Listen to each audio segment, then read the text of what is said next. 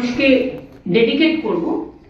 আর 1 জানুয়ারি যেহেতু ইংলিশ ইয়ারের ক্যালেন্ডার ইয়ারের 1 জানুয়ারি, ওই দিনটা ছুটি আছে, কিন্তু সেই জন্য আপনাদের আগাম সবাইকে শুভকামনা এবং সবাইকে হ্যাপি নিউ ইয়ার জানাচ্ছি।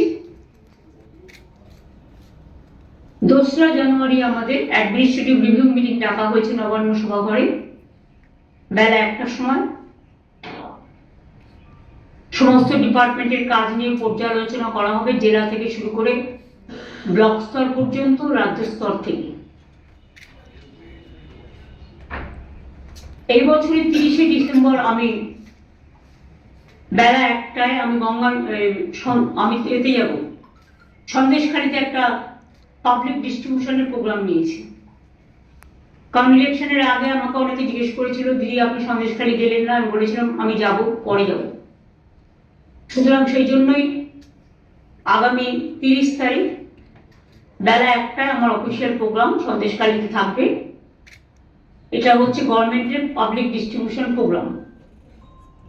ইতিমধ্যে আপনারা জানেন যে আমরা যেগুলো আমাদের কাছে পেন্ডিং ছিল, বিভিন্ন লক্ষ্মীর ভান্ডার থেকে শুরু করে বাংলার বাড়ি থেকে শুরু করে আমরা অনেকটাই করতে পেরেছি। তার মধ্যেও জেলাতেও কিছু থাকে কাজ, সেগুলো প্রায় 20,000 মানুষের কাছে ওই মিটিং থেকে বিভিন্ন পরিষেবা তুলে দেওয়া হবে ক্যাম্প ওয়াইজ করে। স্টেজ থেকে আমি হয়তো বড়জোর 100 জনের হাতে তুলে দিতে পারবো। 6 তারিখে গঙ্গাসাগর যাব। আমি পৌঁছেই আপনাদের প্রোগ্রামটা আগে জানিয়ে দিচ্ছি, যেহেতু আপনারা 5 তারিখে যাবেন। আমি প্রথমে যাব ভারত সেবাশ্রম সঙ্গে, কারণ কপিল মুনি আশ্রমের মহারাজ তিনি একটু বয়োজ্যেষ্ঠ, একটু বিশ্রাম নেন। আমি তার বিশ্রামে ব্যাঘাত ঘটাতে চাই না। ওরা 4টে মন্দির করেন, কাজে আমি ভারত সেবাশ্রমটা আগে করে নেব, করে নিয়ে তারপর ওখান থেকে কপিল মুনির আশ্রম দর্শনে যাব। এবং এ ব্যাপারে আমাদের রিভিউ মিটিং হয়ে গেছে, সেটাও আপনারা জানেন। 8 তারিখে আমাদের এই কলকাতায় যে মেলাটা হয় মিলেনিয়াম পার্কের অপোজিটে, ওখানে সন্ধ্যেবেলা আমি যাব। প্লাস ওই দিন আমাদের একটা ভেসেল তৈরি হয়েছে, প্রচুর লোক যাতায়াত করবে হাওড়া থেকে বেলুড় মঠ, দক্ষিণেশ্বর, এই জাহাজ যাবার জন্য আমাদের যে জলীয় বিভাগ আছে, ওয়াটার ট্রান্সপোর্ট, ইনল্যান্ড ওয়াটার ট্রান্সপোর্টের মধ্যেই একটা শাখা, সেখানে আমাদের জাহাজ কোম্পানি গভর্নমেন্টের আছে, আপনারা হয়তো জানেন। সেই জাহাজ কোম্পানি অভিনবভাবে এই ভেসেলটা তৈরি করেছে, যেটা জনগণের খুব কাজে লাগবে। ওটাও সেদিন উদ্বোধন হবে। ওটা রমজান মাস চলে। প্রত্যেকটা উৎসবকে কেন্দ্র করেই আমাদের কিছু না কিছু ব্যবসাও বৃদ্ধি হয়, যেগুলো দেখতে ছোট মনে হবে, কিন্তু মনে রাখবেন একটা দোকানদারের ইনকামও কিন্তু বড়। দোকানদাররাই কিন্তু পিলার অফ দা ইকোনমি, কারণ সেখানেই কিন্তু খুচরো বাজার থেকে শুরু করে যে দোকানদার, বড় বাজারে যেমন আছে, ছোট বাজারও আছে। আজও পাড়ায় পাড়ায় মুদির দোকানগুলো আছে, মিষ্টির দোকানগুলো আছে, অন্যান্য দোকান হচ্ছে। সুতরাং এটা কিন্তু বাড়ছে, এগুলো বলা। আর মিষ্টি হাব, যেটা আমরা মিষ্টি, আপনারা জানেন একটা মিষ্টি ব্যবসায়ীদের জন্য একটা প্রোগ্রাম হয়েছিল, আমি নিজে গিয়ে উদ্বোধন করে দিয়েছিলাম। এবার তারা করছে দীঘায় 7, 8, 9 সম্ভবত জানুয়ারিতে। আমি ওখানে ডক্টর মানস ভূঁইয়া, অখিল গিরি ওদের যেতে বলেছি।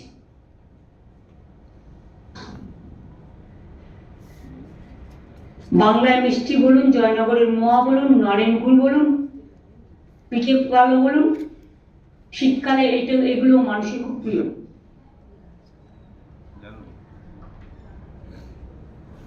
এছাড়াও আজকে ক্যাবিনেটের কয়েকটা আমরা ইন প্রিন্সিপাল, এছাড়াও আমার কাছে রিকোয়েস্ট চেকপোস্ট এসছে, আইটিসিও একটা ওদের বিল্ডিং প্রায় কমপ্লিট হয়ে গেছে। আমি সময় করতে পারলে বলে দেবো, এক্ষুনি বলছি না। আইটিসি তাছাড়াও আরো দুটো প্রজেক্ট রেডি আছে, আমরা সময় মতো করে দেবো।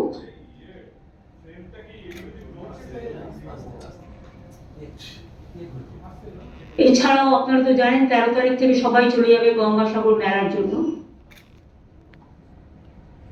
কারণ 14-15 যে পুণ্য স্নান আছে তার ডিটেলস তো আপনাদের সাথে আমি আলোচনা করে নিয়েছি আগে, এগুলো অলরেডি বলাও হয়েছে। সুতরাং এই ইনফরমেশন গুলো আপনাদের পাঠান করলাম।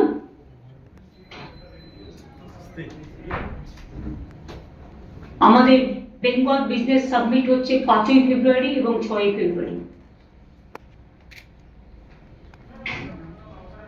এটা একটা বড় programme. In the meantime যদি মা কালীবাড়ি মন্দিরের যে স্কাই ওয়াকটা হচ্ছে যদি কমপ্লিট হয়ে যায়, তাহলে ফেব্রুয়ারি প্রথম উইকে আমরা চেষ্টা করবো সেটাকেও উদ্বোধন করে দেওয়ার। আর জগন্নাথ ধাম তো আপনাদের আমি ডেট জানিয়ে দিয়েছি, 29 তারিখে পুজো হবে, শুরু হবে, উদ্বোধন হবে 30 তারিখে। আপনারা যারা যাবেন আগের থেকে কিন্তু বুকিং গুলোর ব্যবস্থা করতে হবে। বিকেশিদাকে বলবো দেখে রাখতে, কারণ সেই সময় হয়তো বুকিং নাও পেতে পারেন, এতটা রাস থাকবে আমার যতদূর ধারণা। ভালো হোক, যত ভালো হবে তত ভালো। এছাড়াও জানুয়ারি মাসে 28 তারিখে সম্ভবত বই মেলা আছে, কলকাতা ইন্টারন্যাশনাল বুক ফেয়ার। নানা রকম মেলা গ্রামে গঞ্জে চলছে, পৌষ মেলা থেকে বিভিন্ন জেলায় বই মেলা, সরস মেলা থেকে শুরু করে সেলফ হেল্প গ্রুপের নানা রকম মেলা, কৃষি মেলা, পিঠে পুলির মেলা, নানা রকম মেলা।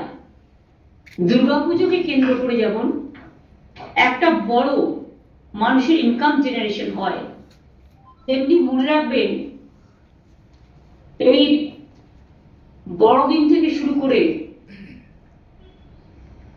জানুয়ারি মাসটা পুরো নানা রকম মেলা হয়। এতে প্রচুর মানুষ কেনাকাটা করেন। গ্রামের যারা আর্টিজেন্স, সেলফ হেল্প গ্রুপ, তারা যে সমস্ত হাতের জিনিস তৈরি করে, মেশিন দিয়ে করে, সেগুলো তারা ভালো করে তাদের ইনকাম জেনারেশন হয়। এটা একটা সুবিধে। আমাদের সব উৎসবে যখন ঈদ হয় আপনারা জানেন ফলমূল বিক্রি কেনাকাটা বেড়ে যায়। আলিপুর চিড়িয়াখানার ঠিক অপোজিটে, আগে আপনারা দেখতেন আলিপুর চিড়িয়াখানায় মাত্র একটা দরজা ছিল বেরোবার, একটা ঢোকার, কিন্তু আমাদের সরকার আসার পরে প্রায় 12টা আমরা গেট করে দিয়েছি, ঢোকার বেরোবার। তারপরে ওখানে একটা রোডওয়ে ব্রিজ যেটা বলা হয় সেটাও করে দেওয়া হয়েছে, এবং কালকে প্রায় লক্ষাধিকের ওপর মানুষ চিড়িয়াখানায় এসেছিলেন। আজকেও আমি যখন বাড়ি থেকে আসছিলাম দেখলাম প্রচন্ড ভিড়। সব জায়গাতেই মানুষ যান, কারণ বাংলার মানুষরা একটু ভ্রমণ ভালোবাসে, বাচ্চাদের নিয়ে একটু বেড়াতে যাওয়া, দেখতে যাওয়া, এটা পছন্দ করে। সুতরাং এই হিসেবে বিভিন্ন জায়গায় এখন লক্ষ লক্ষ মানুষের সমাগম হচ্ছে, এটাও একটা বড় ব্যাপার। মানুষ এই দিনগুলোকে খুব ভালোভাবে কাটানোর চেষ্টা করে। এবং এই আলিপুর চিড়িয়াখানার অপোজিটে একটা জায়গা আছে, ওখানে একটা ছোট্ট অ্যাকোয়ারিয়াম ছিল, অনেক দিনের পুরনো, এবং অ্যানিমেল হাজবেন্ডারি, পশু চিকিৎসার একটা ছোট্ট জায়গা ছিল, কিন্তু বাকিটা টোটালটাই আনইউজ ছিল। ওই জায়গাটায় আমরা একটা বিরাট বিগ বাজার করতে যাচ্ছি। ল্যান্ডটা আমরা জাস্ট ইন প্রিন্সিপাল এগ্রিড করেছি ওই জায়গাটা, কিন্তু যাই করুক ওখানে একটা ছোট্ট অ্যাকোয়ারিয়াম থাকবে, আর পশু হসপিটালটা ওরা চিড়িয়াখানা জুয়ের জায়গায় ওরা করে নেবে। সুতরাং এখানে কোনো অসুবিধা হবে না, সব ডিপার্টমেন্ট কথা বলে সিদ্ধান্ত নিয়েছে। দুই হচ্ছে, আপনারা অনেকেই জানেন না, আলিপুর মিউজিয়ামের অপোজিটে একটা জায়গা ছিল, সেখানে একটা বিরাট কাঠামো তৈরি হচ্ছে, যেটা লেদারের ব্যাগ, আমাদের সব লেদার ইন্ডাস্ট্রি তো বিরাট, 5 লক্ষ লোক কাজ করে, এবং সারা ভারতবর্ষে যত লেদার হাব সব কিন্তু এখানে এসে গেছে। মানে আমাদের লোকেরাই কিন্তু সমস্ত ব্যাগ থেকে শুরু করে, জুতো থেকে শুরু করে, চামড়ার বিভিন্ন দেশে এক্সপোর্ট করে। কিন্তু এটা তো বাংলার অনেক মানুষ পায় না হাতের কাছে, তাদের নানা রকম ব্র্যান্ডে কিনতে হয়। সেই জন্য আমরা মেয়েরা যাতে ব্যাগ পায়, ছেলেরা ব্যাগ পায়, জুতো পায়, ওই আলিপুর মিউজিয়ামের অপোজিটে যে কাঠামোটা, যে বিল্ডিংটা তৈরি হচ্ছে, ওটা আমরা অর্ধেক দেবো লেদারের জিনিস বিক্রি করার জন্য। ঘরের সামনে মানুষ পেয়ে যাবেন, মেয়েরা খুশি হবেন, ছেলেরাও খুশি হবেন। মেয়েদেরও যখন চামড়ার জিনিস কাজে লাগে, ছেলেদেরও লাগে। আর অর্ধেকটা আমরা করব বাংলার শাড়ি, অর্থাৎ তাঁতিদের তৈরি। সব জেলা থেকেই কিছু না কিছু আসবে, যা ঘরের কাছে মানুষ পেয়ে যাবেন। সেটাও হচ্ছে। এই ধরনের অনেকগুলো জায়গাতেই অনেকগুলো জিনিস তৈরি হচ্ছে।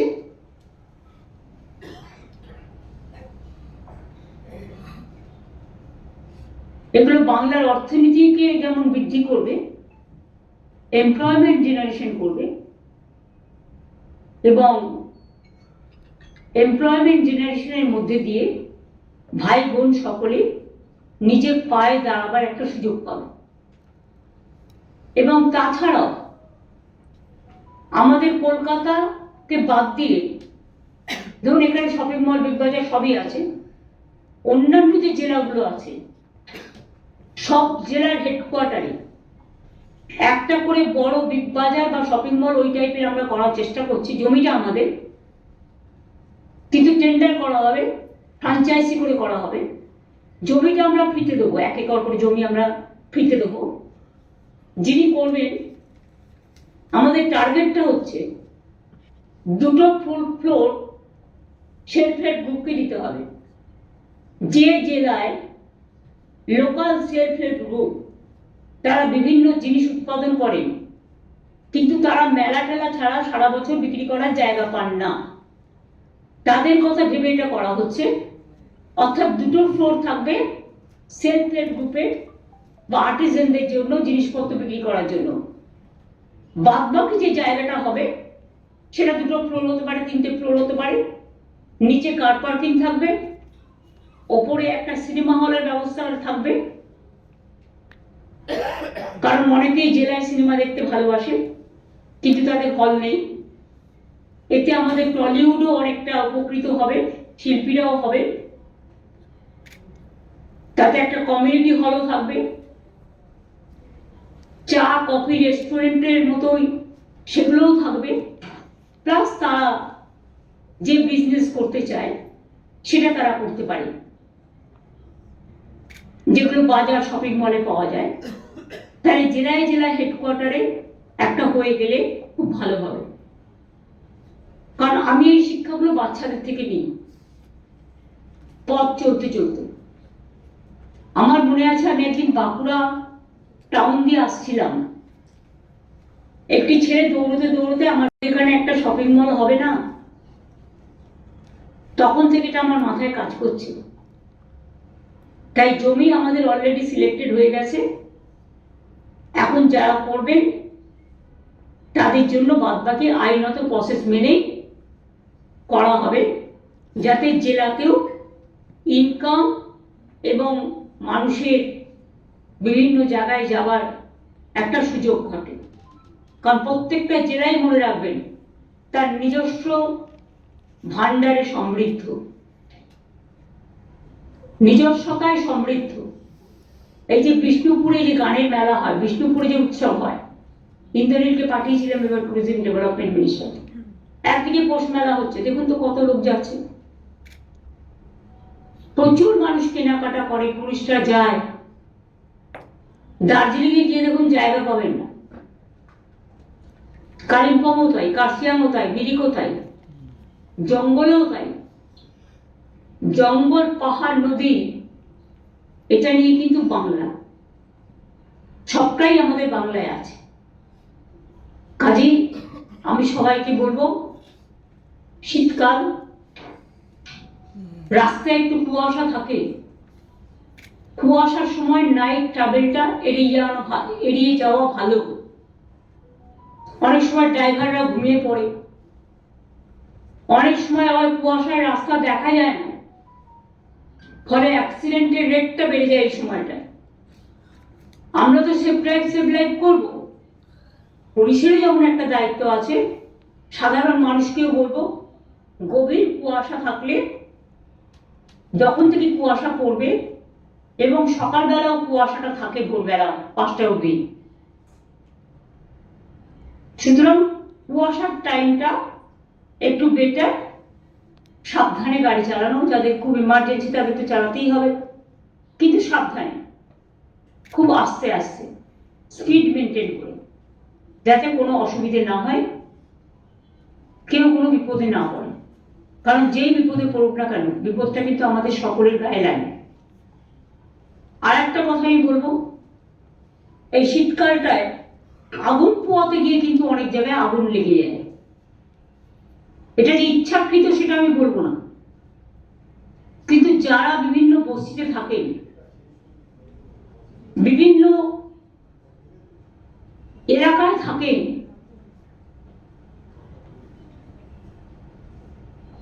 বস্তিগুলোর নাম দিয়েছে উত্তরণ, যেগুলো আইনত স্বীকৃত। কিন্তু সেদিন যেমন আপনারা দেখলেন মাঝেরহাটের ওখানে দুর্গাপুর ব্রিজের সামনে একটা হলো, মাঝেরহাট না, সরি, দুর্গাপুর ব্রিজের কাছে, ওটা রেলের জমি। রেলকেও বলবো আপনাদের জমি যেগুলো আছে একটু নজর রাখতে। লোক এসে বসছে, আমি তাদের ওঠাতে বলছি না, কিন্তু এটা তো দেখতে হবে, আগুন লেগে গেলে আপনারা জানেন এতে কি ক্ষতি হয়েছে। যাদের ঘর বাড়ি পুড়েছে, প্রবলেম হয়েছে, সেটা নয় গভর্নমেন্ট দেখে দেবে যতটা পারে, টাকা তো লাগবে, সেটার জন্য আমি বলছি না। এর ফলে দুর্গাপুর ব্রিজটার খুব ক্ষতি হয়ে গেছে, কারণ যারা ব্রিজের তলায় থাকছেন, ব্রিজের তলায় যদি আগুনটা লাগে, সেই আগুনটা এতটাই আগুনের তাপ ছিল যে দুর্গাপুর ব্রিজের অনেকটা স্বাস্থ্য ক্ষতিগ্রস্ত হয়েছে। ফলে ওই জায়গাটায় যারা যাতায়াত করতেন স্মুথলি, এখন রেস্ট্রিকশন করতে হচ্ছে আমাদের। তার কারণ ওটা সারাতে হবে, এবং সারাতে গেলে অনেক টাকারও প্রয়োজন। এই সবে মাঝেরহাট ব্রিজ আপনারা দেখলেন কিভাবে ভেঙে গেছিল, সেই মাঝেরহাট ব্রিজকে নতুন করে সারিয়ে তোলা হলো। এরকম অনেক ব্রিজ ভেঙে গেছিল, নতুন করে সারিয়ে তোলা হয়েছে। ব্রিজেরও একটা হেলথ আছে, এটা ভাববেন না যে ব্রিজের হেলথ নেই, তাদের স্বাস্থ্য আছে। সুতরাং অনেকটাই আমরা টিম পাঠিয়ে পরীক্ষা করেছি, এবং পরীক্ষা করার পরে বলা হচ্ছে এটা যে fire brigade, police, corporation, transport department সবাই মিলে পরীক্ষা করেছে, এবং পরীক্ষা করতে গিয়ে দেখেছে যে ব্রিজের ক্ষতি হয়েছে, আগুনের তাপ ব্রিজটাকে আক্রান্ত করেছে। সুতরাং মানুষের ক্ষতিতেও আমরা যেমন ব্যথিত হই, একটা ব্রিজ যদি কোনো রকম নষ্ট হয়ে যায়, সাধারণ মানুষ, লক্ষ লক্ষ মানুষের অসুবিধা হয়। এটা নিজেরা একটু দেখে রাখবো না, যেখানে থাকবো আগুন আমি সেখানেই পোয়াবো যেখানে বাড়ি ঘর নেই, ফাঁকা জায়গা, বা সেটা আগুন পুড়িয়ে আমি আগুনটা নিভিয়ে দেবো। এগুলো সতর্কতা অবলম্বন করার জন্য বলা হচ্ছে, বা সেইটুকুই আমার বলা ছিল। Thank you. মধ্যে আপনারা যাবেন না প্লিজ। আমি যেগুলো বললাম আমার এগুলো বলার ছিল বলে আমি বললাম, আমি অনেকগুলো বলেছি, কিন্তু অন্য কোনো কোশ্চেনের মধ্যে আমি এখন Didi, Question actually. it's like of Indian bloc, many of the Indian bloc leaders want you to lead the India bloc as well. Today the statement has come from the AAP where they are saying that they will request the India bloc leader to remove Congress from the bloc. Please don't ask me all this question. This is not the place to reply all this question because this is a government platform. Here I cannot discuss the political things. And I have a great respect for all the political party. I wish them very good new year, bright new year. And I hope for their safe and sound journey. Let the happy new year bring a joy for all of us. আমার মনে হয় আপনারা অন্য কোনো সময় political কোনো question আমার থাকলে আমার বলবেন, আমি তখন বলে দেবো। ঠিক আছে, সরি অনেক দিয়েছি, যা দিয়েছি তাতেই কাগজ ভরে যাবে। আপনাদের জায়গায় আমি সাংবাদিকতা করতে পারলে, যদিও আগে আমি এডিটোরিয়াল জাগো বাংলায় লিখতাম রীতিমতো, কাজে যদি আপনাদের মতো আমি সাংবাদিকতা করতে পারতাম এর থেকে আমি 20টা পয়েন্ট বের করে দিতে পারতাম। থ্যাংক ইউ, ভালো থাকবেন, সুস্থ থাকবেন। Happy New Year to your family members, your colleague, your editor, and all. Thank you.